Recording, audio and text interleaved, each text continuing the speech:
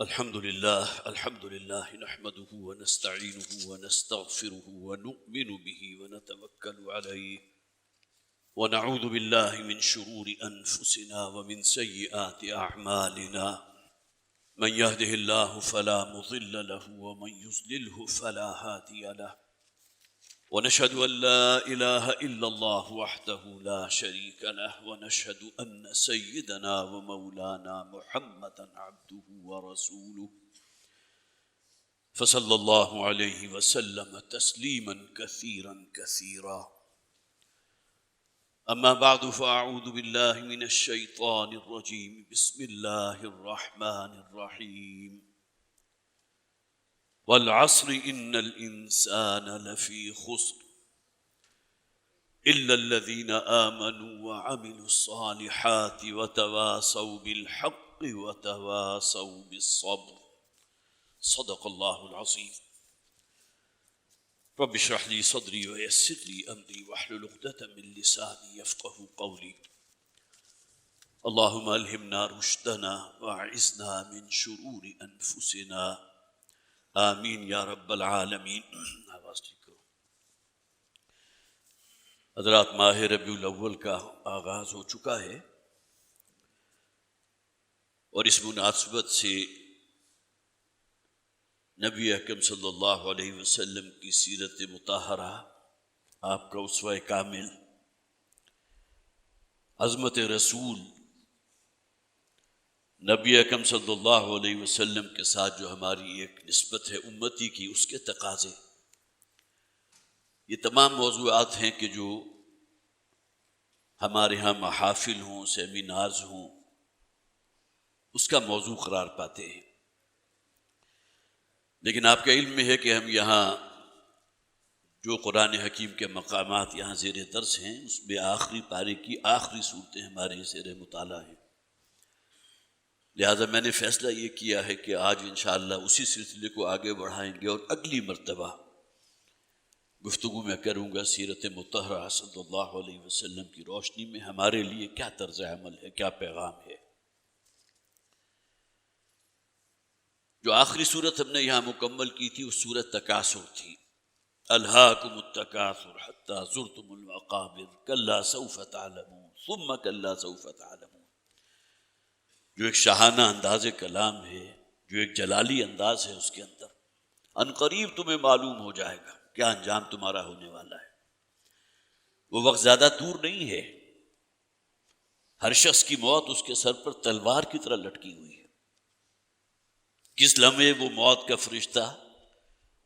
آ کر جو ہے گویا کہ آپ کی اس دنیا سے روانگی کا سامان کر دے، اس کا کسی شخص کو کوئی علم نہیں۔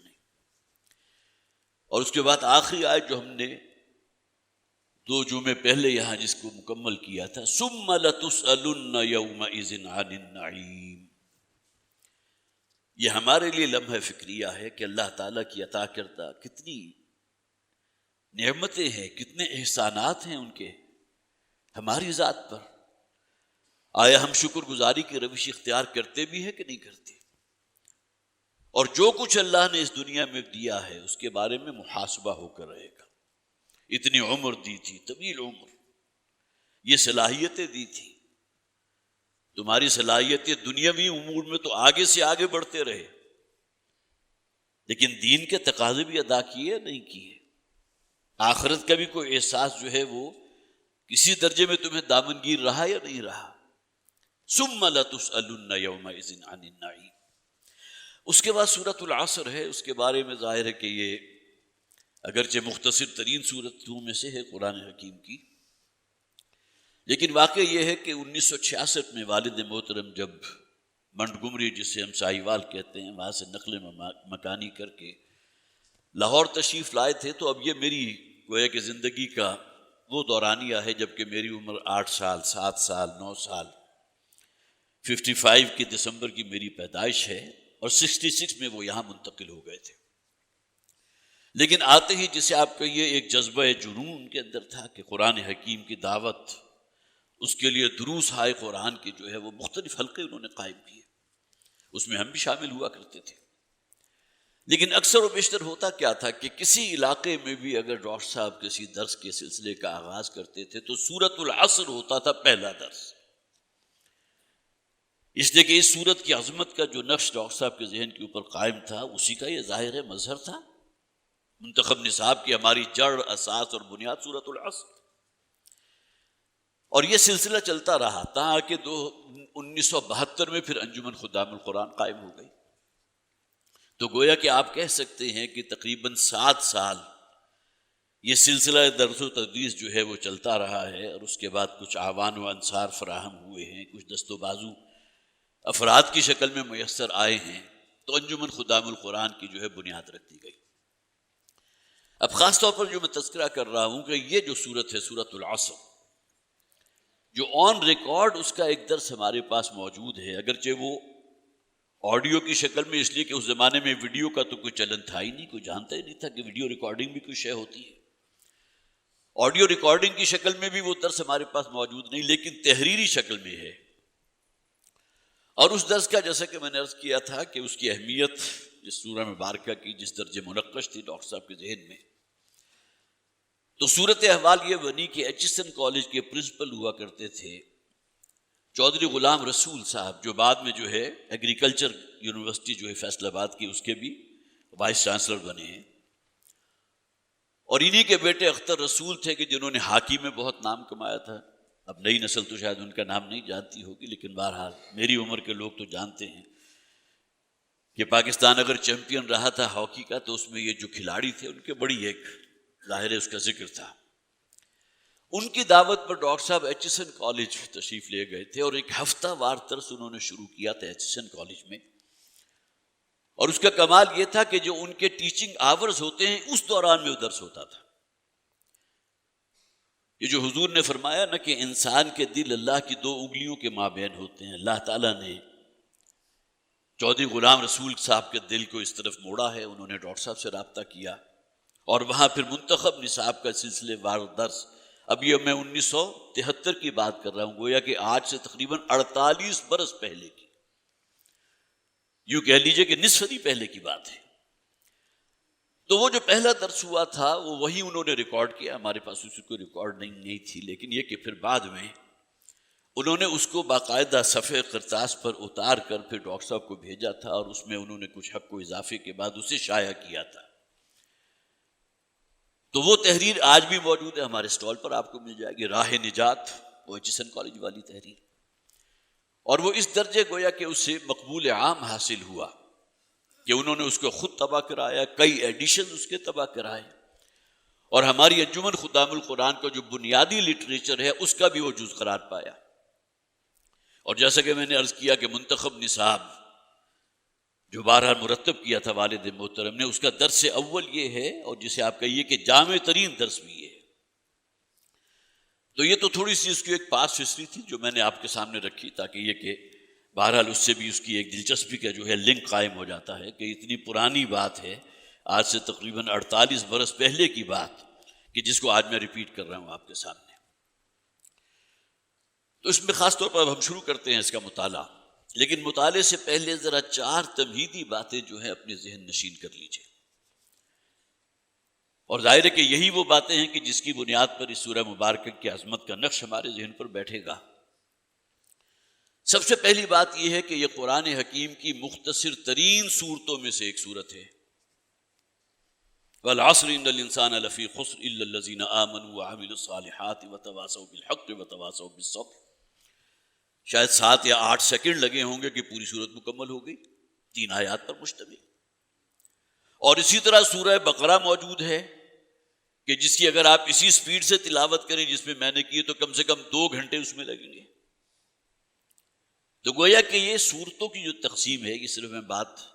جسے آپ کہیے ضمنی طور پر کرنا چاہتا ہوں کہ یہ توقیفی امر ہے، اللہ کے حکم، اللہ کی حکمت، اللہ کے فیصلے کے مطابق سورۃ العصر کل 3 آیات پر مشتمل، سورہ اخلاص 4 آیات پر مشتمل، اور پھر 286 آیات پر مشتمل سورہ بقرہ بھی موجود جو مدنی سورت ہے۔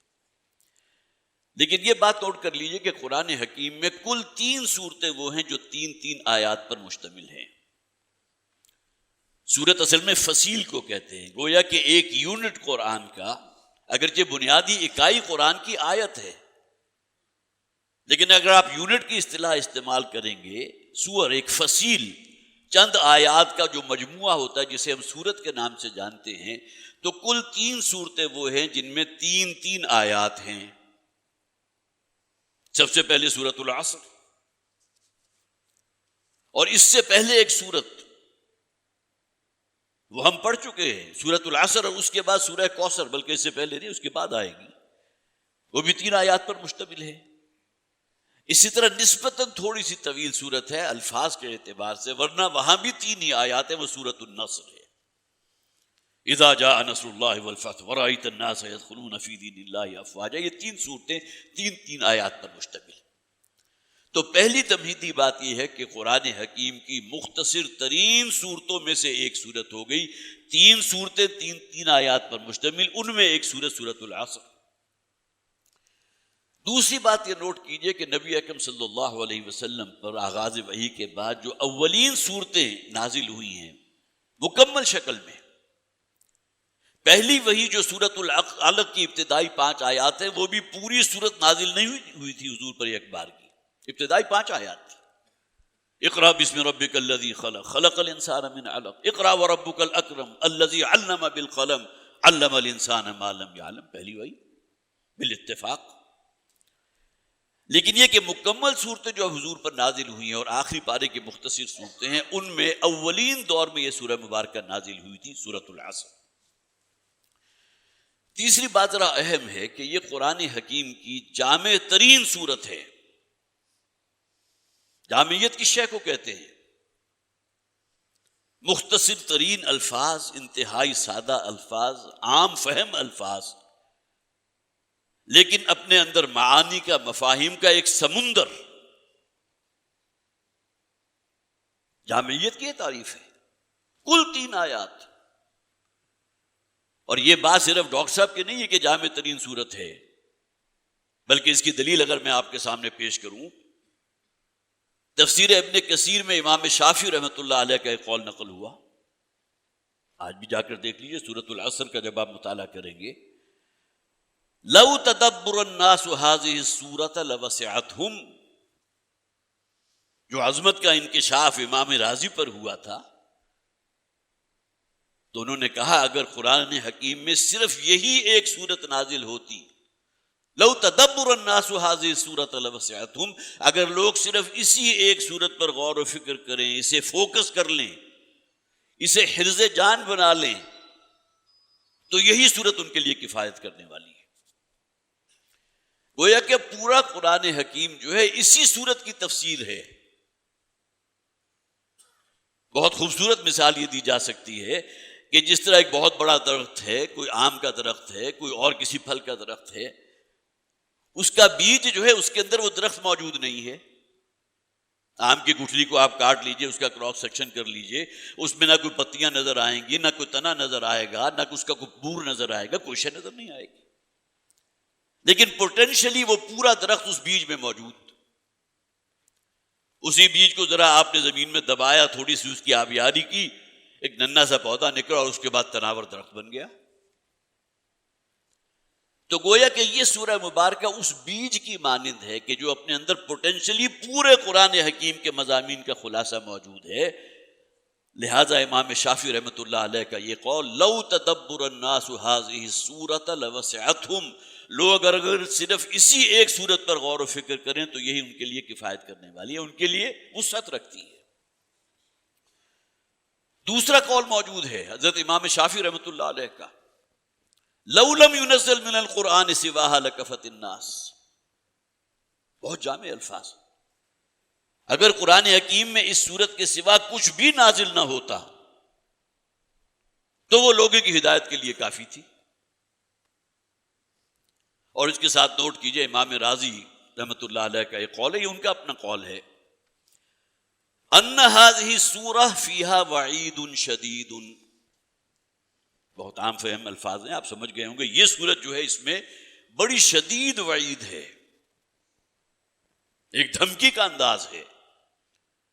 ان اللہ تعالی حکم بالخسار، کہ اللہ تعالی نے حکم دے دیا، فیصلہ فرما دیا، لجمیع الناس، تمام انسانوں کی تباہی اور ہلاکت کا، الا من کان آتیا بہذہ الاشیاء الاربعہ، سوائے اس شخص کے جس میں یہ 4 شرائط اور 4 صفات موجود ہو جو اس سورہ مبارکہ میں بیان کی گئی. وہی الایمان والعمل الصالح والتواصی بالحق والتواصی بالصبر، اور وہ 4 چیزیں کون سی ہیں؟ ایمان، عمل صالح، تواصی بالحق اور تواصی بالصبر. اور اس کے بعد فرمایا فدل ذلك على ان النجاة معلقة بمجموع هذه الاشیاء الاربعہ، اور اس بات کو خوب اچھی طرح پلے باندھ لو کہ اللہ کے ہاں کامیاب ہونا چاہتے ہو، وہاں نجات حاصل کرنا چاہتے ہو، تو وہ کل کی کل ان 4 شرائط کے اوپر منحصر ہے، اور وہ ایمان، عمل صالح، تواصی بالحق، تواصی بالصبر. اس سے بڑھ کر اور کیا بات ہو سکتی ہے سورت کی عظمت کے بیان میں؟ اسی طرح ایک بات اور نوٹ کیجئے، ابو داؤد میں، طبرانی میں، بیہقی میں، تینوں احادیث کی کتابوں میں یہ حدیث موجود ہے. حضرت ابی مزینہ رضی اللہ تعالیٰ عنہ اس کے راوی ہیں، وہ فرماتے ہیں، اب ظاہر ہے کہ ان کا ایک مشاہدہ ہے، جب سورہ مبارکہ نازل ہوئی اور انہوں نے یہ مشاہدہ کیا کہ اصحاب نبی صلی اللہ علیہ وسلم میں سے جب 2 کی ملاقات ہوتی ہے تو ایک دوسرے کو وہ سناتے ہیں یہ سورہ مبارکہ. الفاظ نوٹ کیجئے، کان رجلان من اصحاب النبی صلی اللہ علیہ وسلم اذ التقیا، اصحاب نبی صلی اللہ علیہ وسلم میں سے جب بھی 2 صحابی، 2 اشخاص آپس میں ملتے تھے، لم یتفرقا، وہ ایک دوسرے سے جدا نہیں ہوتے تھے، حتی یقرأ احدہما علی الآخر سورۃ العصر، جب تک کہ ان میں سے ایک شخص دوسرے کو سورۃ العصر سنا نہ دے، اور اس کے بعد ایک دوسرے کو سلام کہتے ہوئے رخصت ہو جاتے تھے. تو معلوم ہوتا ہے کہ اس سورہ مبارکہ کے نزول کے بعد اس درجے امپیکٹ تھا صحابہ کرام کے ذہنوں پر، ان کے ذہن، قلب و ذہن پر، اس کی جامعیت اور اس کی عظمت کے حوالے سے، کہ جب تک ایک دوسرے کو ریمائنڈ نہیں کرا دیتے تھے، سنا نہیں دیتے تھے سورہ مبارکہ، ایک دوسرے سے الگ نہیں ہوتے تھے. اب اس سے بڑھ کر جیسا کہ میں نے عرض کیا اور کیا دلیل ہو سکتی ہے اس سورت کی عظمت کی؟ اس کے بعد چوتھی بات جو تمہیدی نوعیت کی ہے وہ یہ کہ اس سورہ مبارکہ کا بھی ترجمہ، اگرچہ مفہوم آپ کو معلوم ہے، لیکن خالصتاً اگر ترجمہ بھی میں آپ کے سامنے رکھوں تو الفاظ جو ہیں انتہائی سادہ. تو یہ 4 بنیادی باتیں جو ہے ہمیں ذہن نشین کر لینی چاہیے، جسے جیسا کہ میں نے عرض کیا تمہیدی نوعیت کی ہے. اب آئیے فہم قرآن کے جو 2 درجے ہیں جس کا بارہا یہاں ذکر ہوا، یہ تمام باتیں جو میں آپ کے سامنے رکھ رہا ہوں یہ ایک تذکیر ہے، یاد دہانی ہے. اللہ تعالی ہمارے ایمان کے جذبات میں اضافہ فرمائے، ہمارے اندر عمل کا جذبہ پیدا کرے. یہ بار بار کی یاد دہانی جو ہے، ریمائنڈرز، یہ یقیناً بڑی اہمیت کے حامل ہوتے ہیں. قرآن کو اگر آپ سمجھنا چاہیں، پڑھنا چاہیں، ایک تو تلاوت ہے، ایک یہ ہے اس پر کوئی غور و فکر کریں، کم سے کم ترجمہ آپ کی نظر میں ہو، کیا میسج دیا جا رہا ہے اللہ کی طرف سے مجھے اور آپ کو، وہ آپ پر واضح ہو. تو پہلا درجہ ہے تذکر بالقرآن کا، کہ قرآن حکیم کے اصل جو مضامین ہے، جو اس کا ایسنس ہے، جو اس کا پیغام ہے، اس کا فہم آپ تک منتقل ہو جائے. اس اعتبار سے قرآن حکیم دنیا کی آسان ترین کتاب ہے، اور یہ سرٹیفکیٹ اللہ نے دیا. ایک سورت ہے سورۃ القمر، اس میں 4 مرتبہ یہ آیت ریپیٹ ہوئی ہے، اور ظاہر ہے کسی آیت کی ایک ہی سورت میں ریپیٹیشن وہ اس بات کی اہمیت کو تو اجاگر کرتی ہے نا.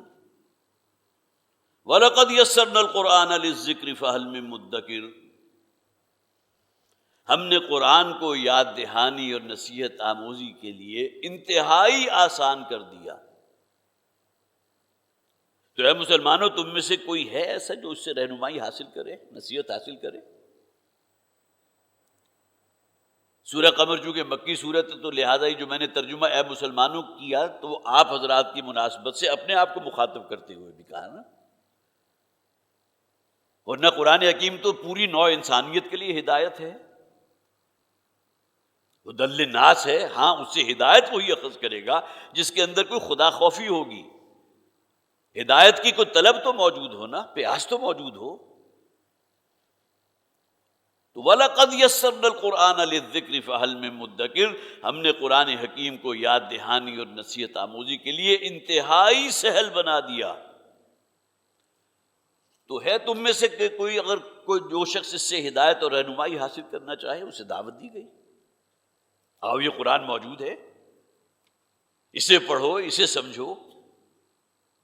اسے حرز جان بناؤ، اللہ کا پختہ وعدہ ہے تمہیں ہدایت کے راستے پر گامزن فرما دے گا۔ نماز کی ہر رکعت میں ہم دعا مانگتے ہیں اہدنا الصراط المستقیم۔ وہ صراط مستقیم ہے کون سی؟ یہ قرآن حکیم ہے نا، جو ہدایت کا راستہ ہمارے سامنے واضح کر رہا ہے، جو اللہ کی رضا تک اور بالآخرت کی کامیابی اور فوز و فلاح سے ہمیں امکنار کر دے گا، وہ صراط مستقیم ہے۔ تو ایک پہلو یا ایک درجہ جو ہے قرآن حکیم کو سمجھنے کا، وہ تذکر بالقرآن ہے، اور دوسرا درجہ ہے تدبر قرآن۔ تذکر بالقرآن کی بھی میں نے مثال آپ کو دے دی، سورہ قمر 4 مرتبہ ریپیٹ کیا گیا، وَلَقَدْ يَسَّرْنَا الْقُرْآنَ لِلذِّكْرِ فَهَلْ مِن مُدَّكِرٍ۔ اسی طرح قرآن حکیم میں تدبر قرآن کی اصطلاح بھی استعمال ہوئی، افلا یتدبرون القرآن ام علی قلوب اقفالها۔ یہ لوگ قرآن پر تدبر کیوں نہیں کرتے، غور و فکر کیوں نہیں کرتے؟ دنیاوی تعلیم حاصل کرنے کے لیے اور ایک دوسرے سے آگے نکلنے کی فکر کرتے ہوئے راتوں کی نیندیں حرام کر دیتے ہیں،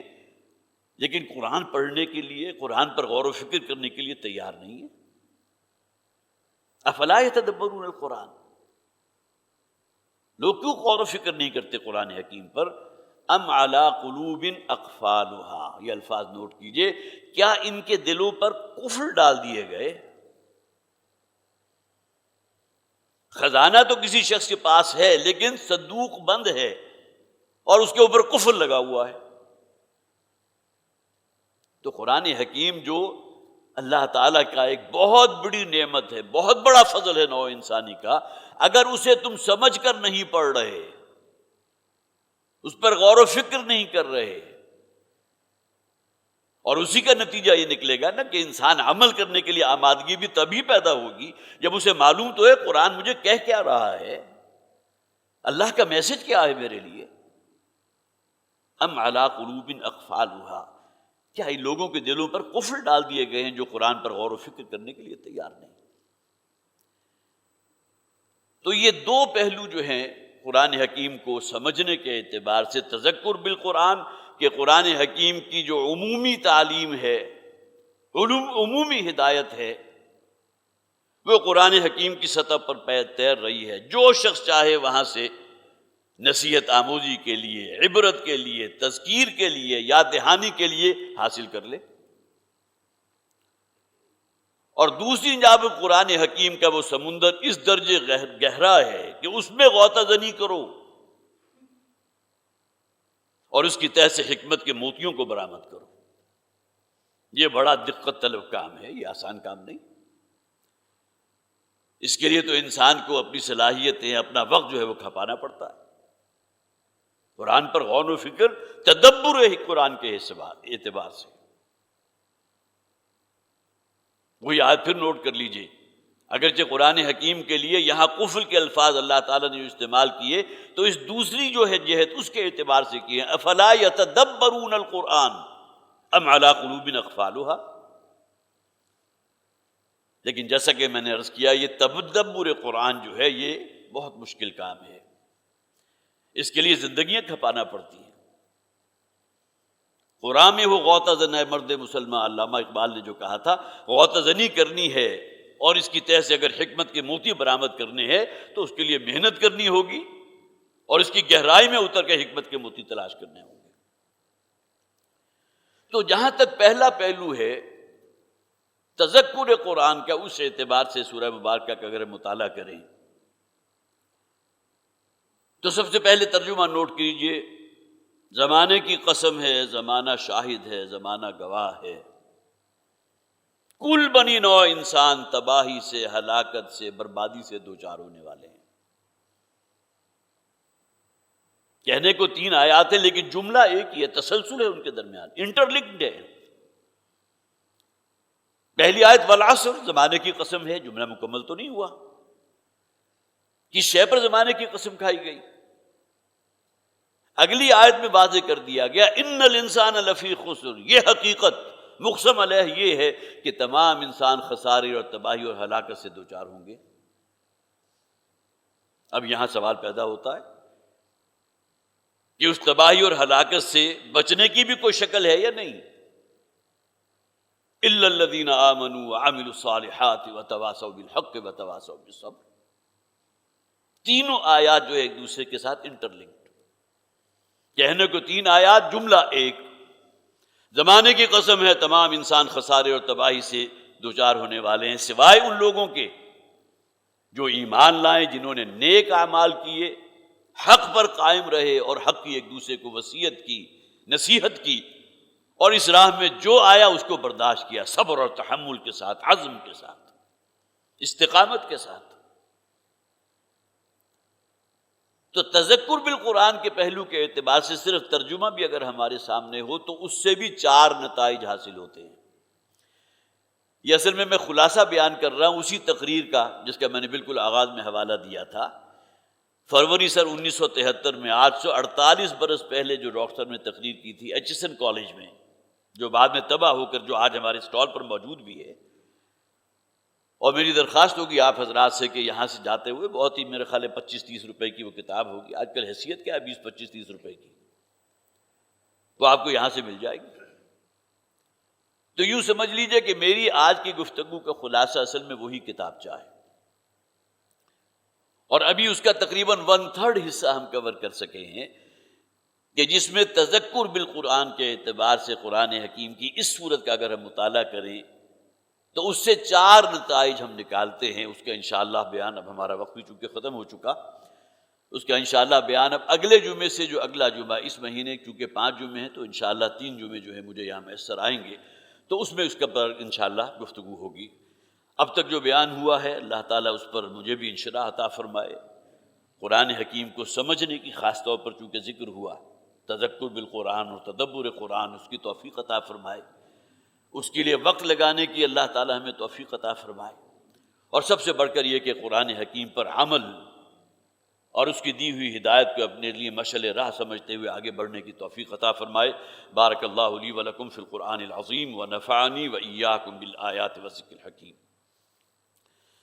حضرات، پریس ریلیز یہاں میرے سامنے موجود ہے، اور اس کا بس خلاصہ میں آپ کے سامنے رکھ دیتا ہوں، بلکہ اس کو پڑھ بھی دیتا ہوں۔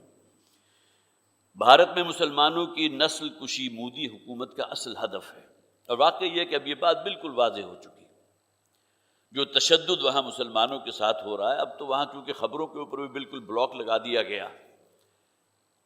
لہٰذا وہ خبریں جو ہیں بہت کم لیک آؤٹ ہوتی ہیں، اس کے باوجود بھی کہیں نہ کہیں سے آپ کو جو ہے وہ ویڈیو مل جاتی ہے، جو ظلم اور تشدد کا معاملہ مسلمان جس طرح ہلاک کیا جا رہا ہے۔ تو اس کا عنوان یہ ہے اس پریس ریلیز کا، بھارت میں مسلمانوں کی نسل